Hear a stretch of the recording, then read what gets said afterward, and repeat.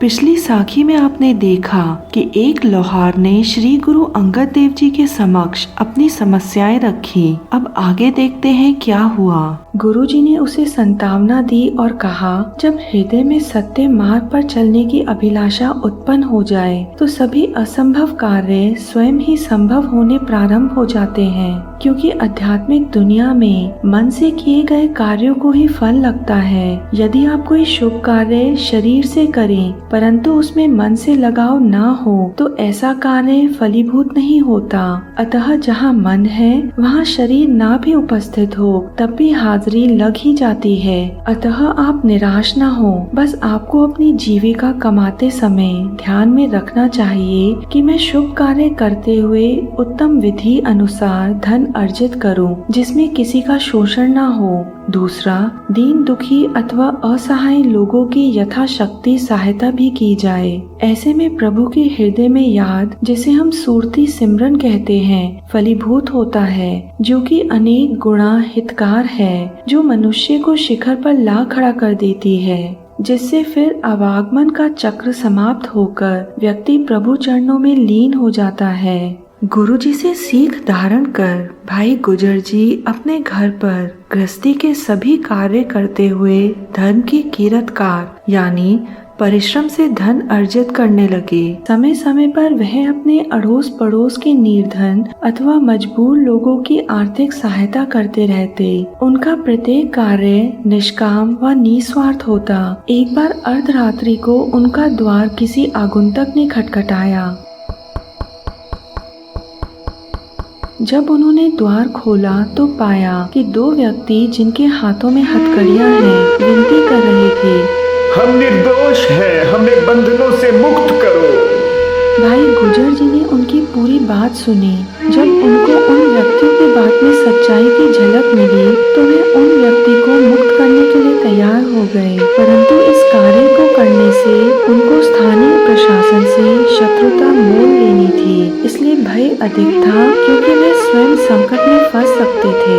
अतः उन्होंने एक कठोर निर्णय लिया और उन कैदियों की हथकड़ियां अपने औजारों से काट दी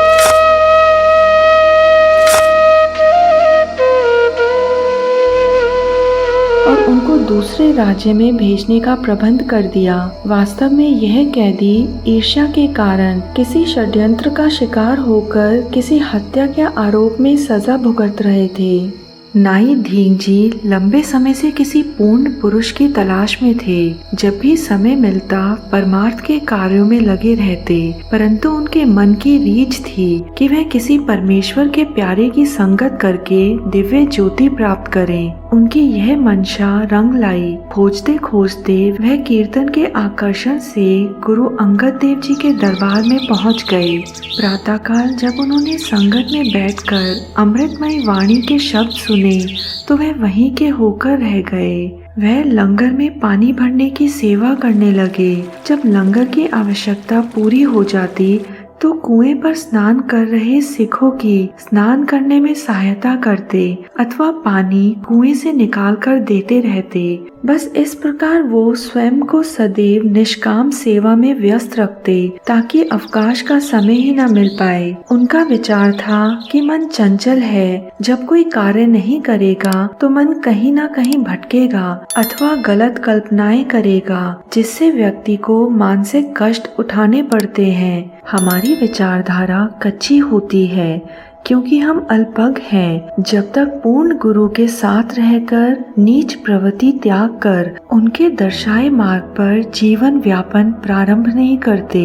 इन महानुभाव की सेवा एक दिन रंग लाई। एक दिन लंगर में गुरुजी ने भोजन के उपरांत भाई धिंग जी को बुलाकर कहा, हम आपकी सेवा से प्रसन्न हुए हैं, अतः आप क्या चाहते हैं? इस पर भाई धींग जी ने गुरु चरणों में दंडवत नमस्कार करके बोला, मैं केवल और केवल सिक्खी प्राप्त करना चाहता हूँ, जिससे समाज में जीवन जीने का कौशल आ जाए।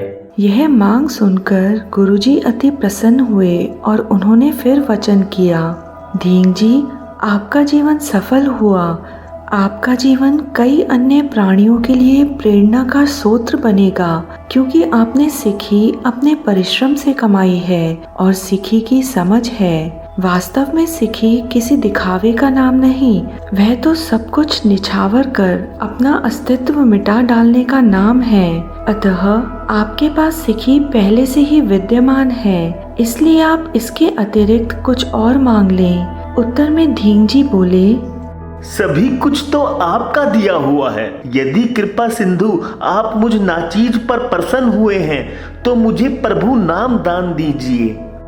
गुरुजी ने कहा, जिस व्यक्ति ने परिश्रम से सिक्खी कमा ली हो उसके पास स्वयं नाम रूपी धन चला आता है, क्योंकि इस अमूल्य निधि का सिक्खी के साथ चोली दामन का साथ है। जहाँ नाम धन है वहाँ विश्व की सभी बरकतें सम्मिलित हो जाती हैं।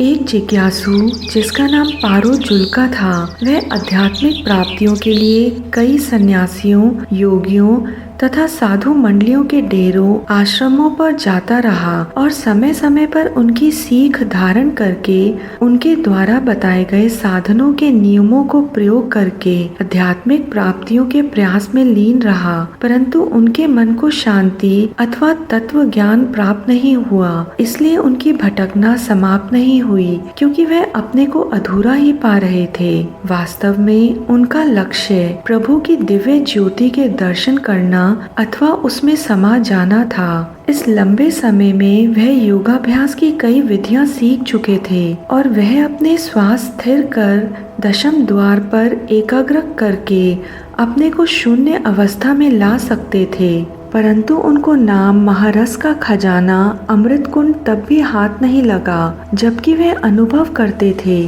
कि योग साधना अथवा हठ योग से रिद्धि सिद्धियों को प्राप्त करने का बल उनमें आ गया है। एक सच्चे जिज्ञासु होने के नाते वह अपनी खोज जारी रखे हुए थे, क्योंकि वह अपनी प्राप्तियों को तुच्छ जानकर उनसे संतुष्ट नहीं थे। एक दिन उनका परिश्रम काम आया। उनको किसी व्यक्ति ने बताया कि यदि आप आध्यात्मिक मंडल की पूर्ण प्राप्ति चाहते हैं तो श्री गुरु नानक देव जी के उत्तराधिकारी श्री गुरु अंगद देव जी की शरण में जाओ। वह पूर्ण गुरु हैं अथवा वह आपका मार्गदर्शन करेंगे। फिर क्या था, भाई पारो जुल्का जी लंबी यात्रा करके खडूर नगर पहुँचे। आगे क्या हुआ यह देखने के लिए हमारा चैनल सब्सक्राइब करें, वीडियो लाइक करें और शेयर करें। हमें सपोर्ट देने के लिए ज्वाइन बटन दबाएं। सतनाम श्री वाहे गुरु।